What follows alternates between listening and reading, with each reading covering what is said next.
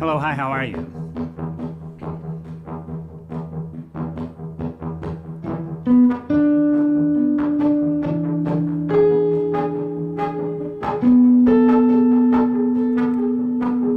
I'm here to make something of a mad dash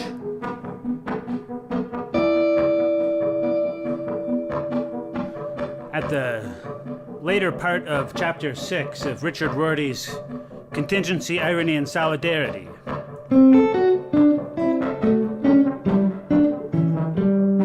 I'm starting to get the title right.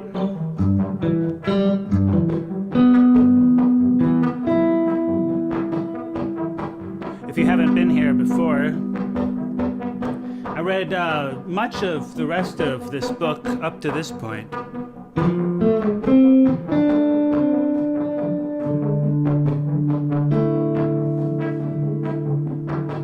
And now I find myself here on page 131.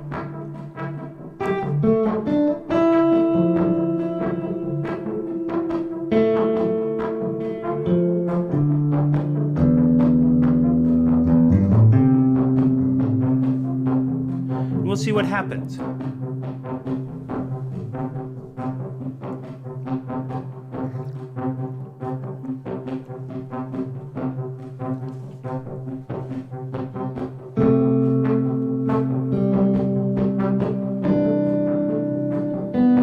What is this same which Heidegger and Freud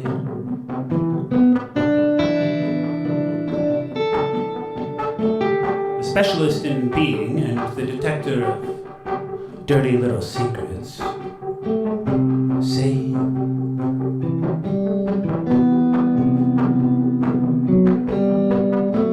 They can be interpreted as saying a lot of the same things.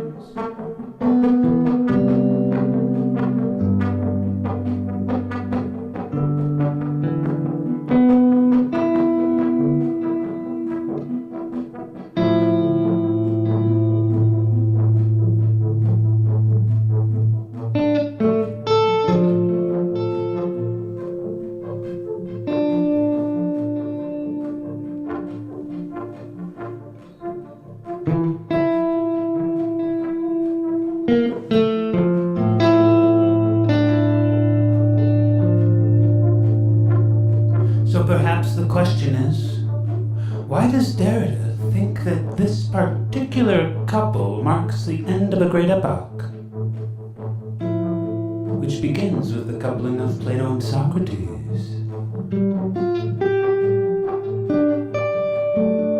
The best answer I can think of is that both Heidegger and Freud were willing to attach significance to phonemes and graphemes, to the shapes and sounds of words.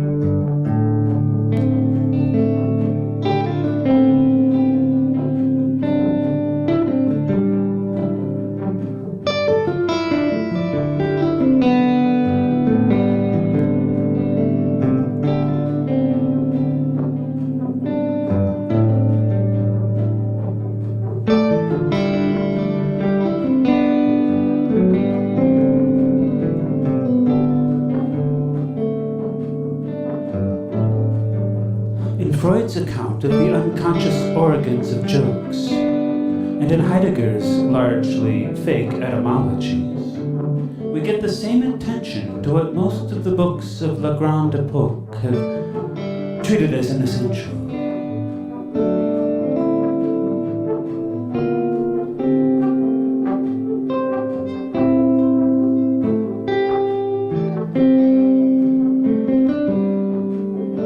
The material and the accidental features of the marks and noises people use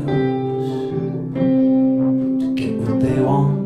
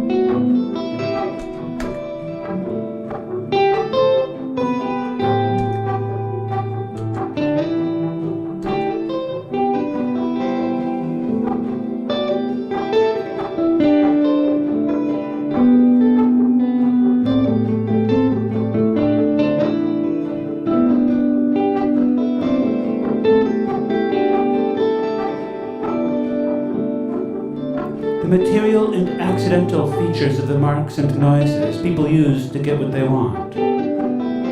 If this answer is at least partly right,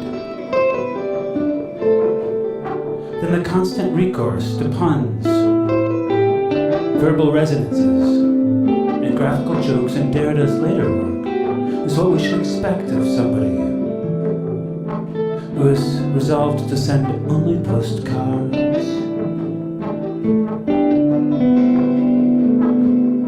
For the only way to evade problems about how to end books, to escape self-referential criticisms that one has done what one has accused others of doing, will be to transfer the weight of one's writing to those material features, to what has hitherto been treated as marginal. These associations are necessarily private.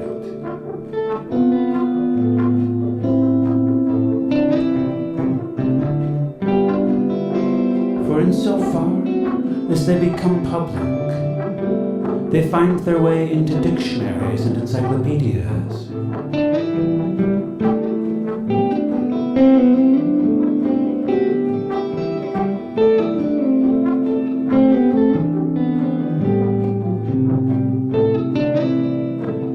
This brings us to another couple.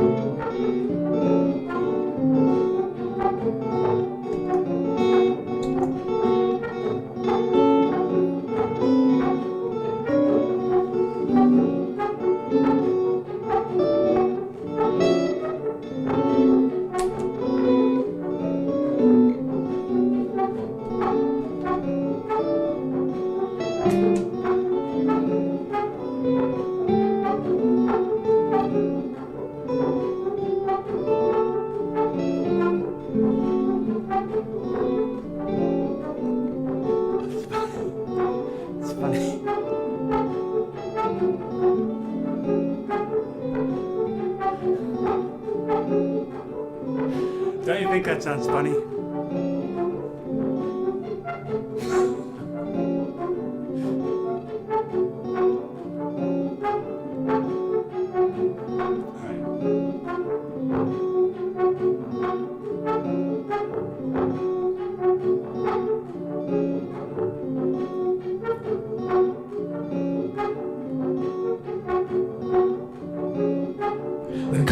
recourse to puns, verbal resonances, and graphical jokes in Derrida's later work is what we should expect of somebody who has resolved to send only postcards.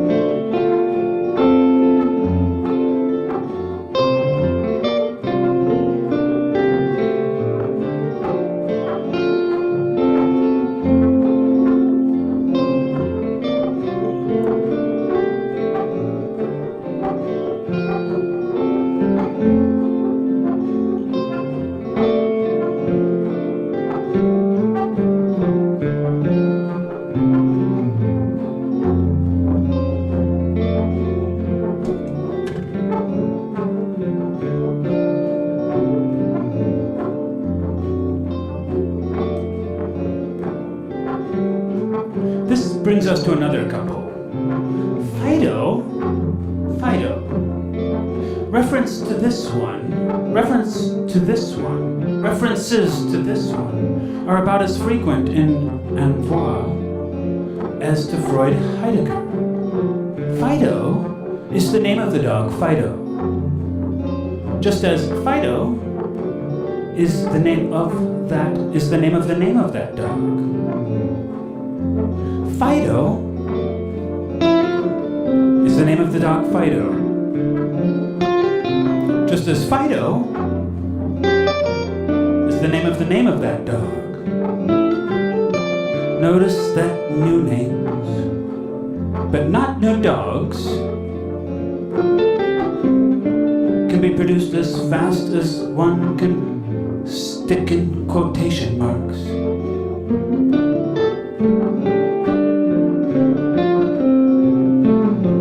Oxford philosophers, for example, P.H. Knowles, Gilbert Eiler, dubbed the idea that all words are names the Fido theory of meaning.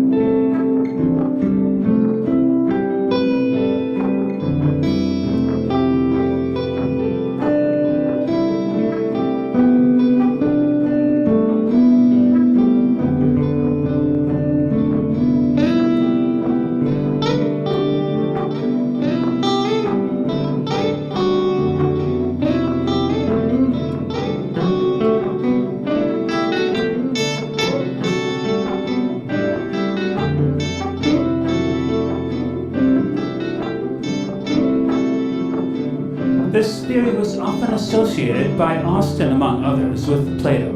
It contrasts with the view associated with Saussure and Wittgenstein, that words get their sense not simply by associations with their reference, if any, but by the relation of their uses to the uses of other words.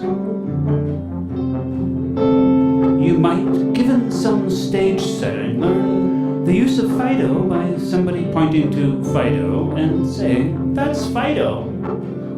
But you do not learn the use of good by dimly reflecting on the forms thereof, by dimly recollecting the form thereof, and labeling this memory with that vocable, nor I, by labeling a salient feature of yourself.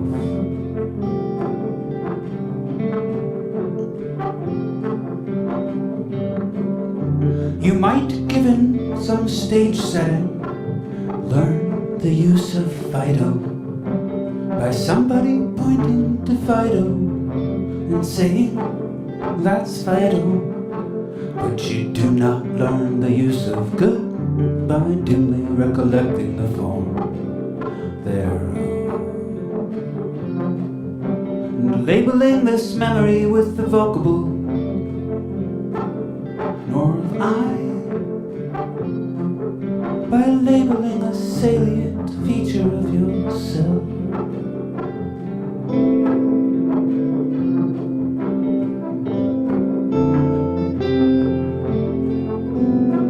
The second occasion on which Fido comes up in envoi is in the course of an enormous multi-postcard postscript about an incomplete pair of terrible grandfathers. The couple, Plato, Socrates, divisible and indivisible, their indeterminable partition, the contract which binds them to us until the end of time.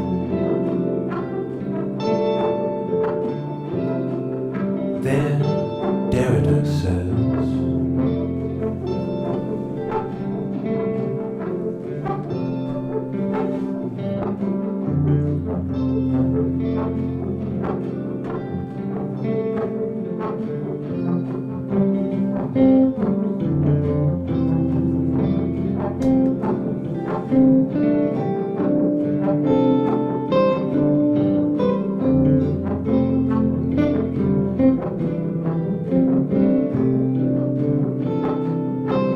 This is the problem of Fido. You know, Kyle, Ryle, Russell, etc. And the question of knowing whether I am calling my dog or if I am mentioning the name of which he is the bearer.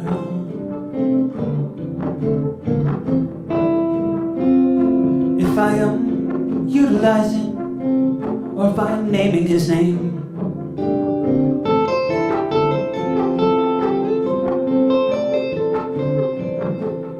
I adore these theorizations,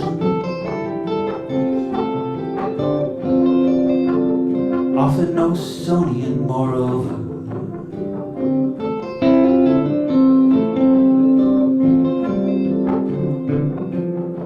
Their extraordinary and necessary subtlety, as much as their imperturbable ingenuity. Psychoanalytically speaking,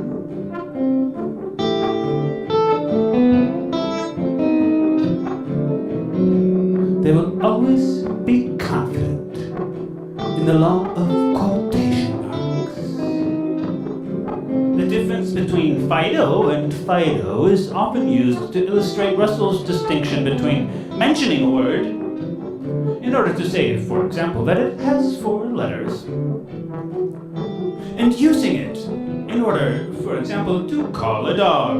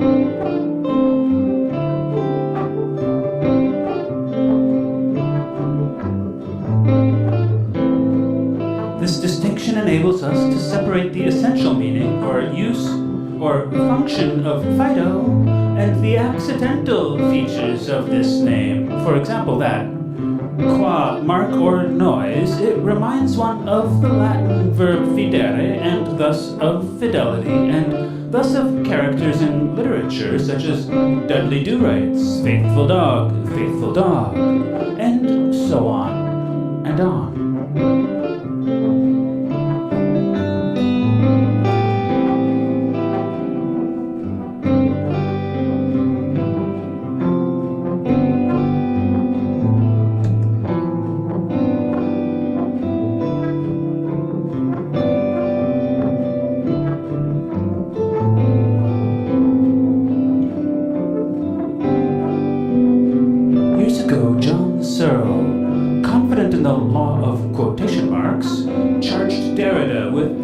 Neglected this distinction when discussing Austen's work.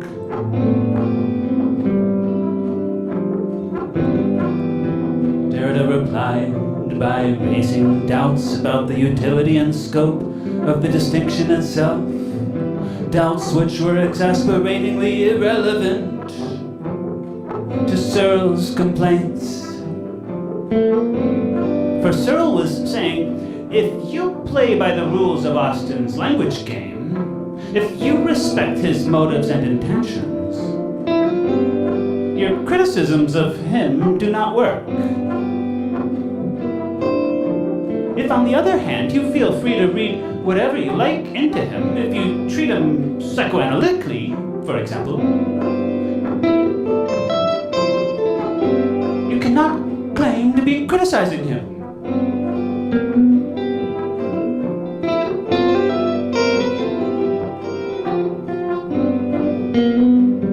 Simply using him as a figure in your own fantasies, giving free rein to a set of associations which have no relevance to Austen's project.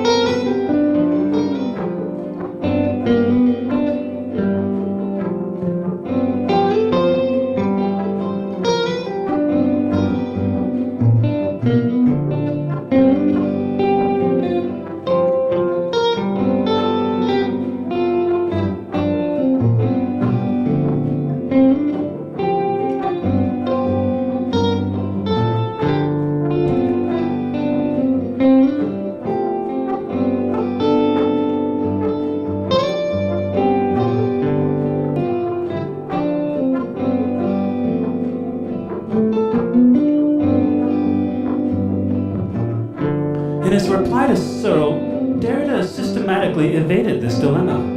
But why did he not just grasp its second horn? Why was his reply to Searle twice as fantastical and free associative as his original criticism of Austen, while nevertheless being filled with straight-faced professions of sincerity and seriousness? Presumably for the same reason that he would resist the Gachet-like question, is envoi to be counted as philosophical or as literary and playful? I take it that Derrida does not want to make a single move within the language game which distinguishes between fantasy and argument, philosophy and literature, serious writing and playful writing, the language game of La Grande Époque. He is not going to play by the rules of somebody else's final vocabulary.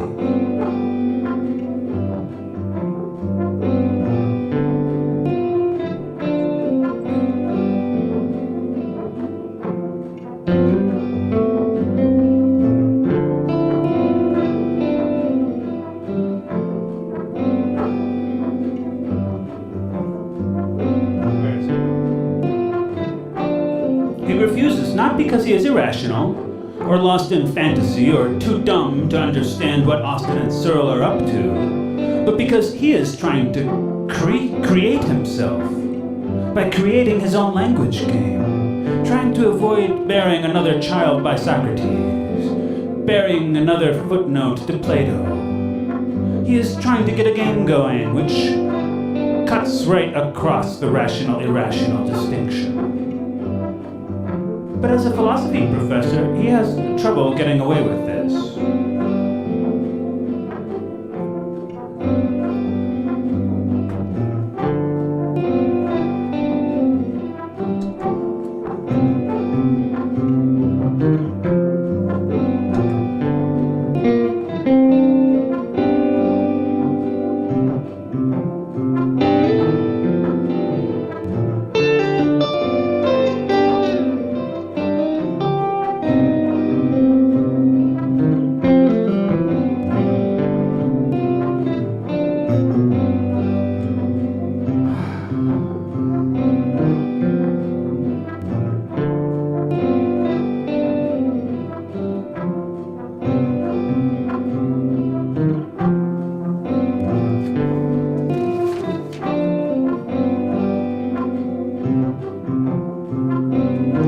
Doesn't it seem like he's just gossiping? I feel a little bit like he's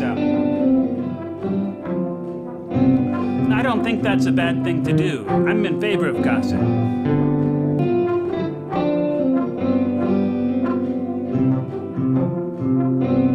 Like he's doing, I assume, important work of academia right now, sort of clarifying who's in and who's out in academic philosophy.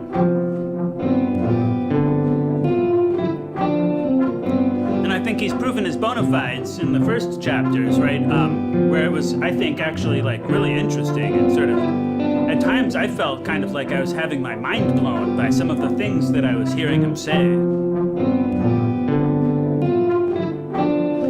But personally, I just like,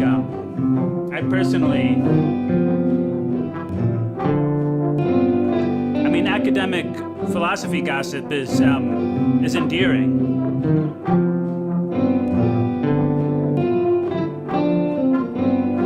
I don't think that Richard Rorty would feel too bad if we move along. Now, it's possible that once you understand the gossip involved, right, like the ins and outs and the intrigue, right, especially like what's happening behind the scenes. Some of these people are alive.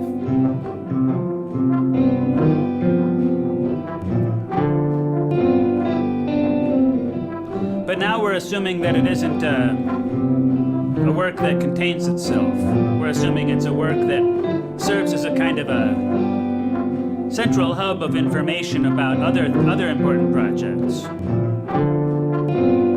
A reference, maybe.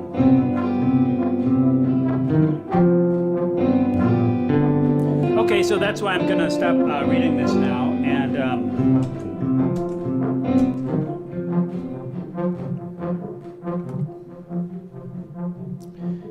if you're here somehow, or if you're there, I hope that you went on something of the same journey with me, and yeah, next time we'll be reading, I assume, something else. So let's see what happens.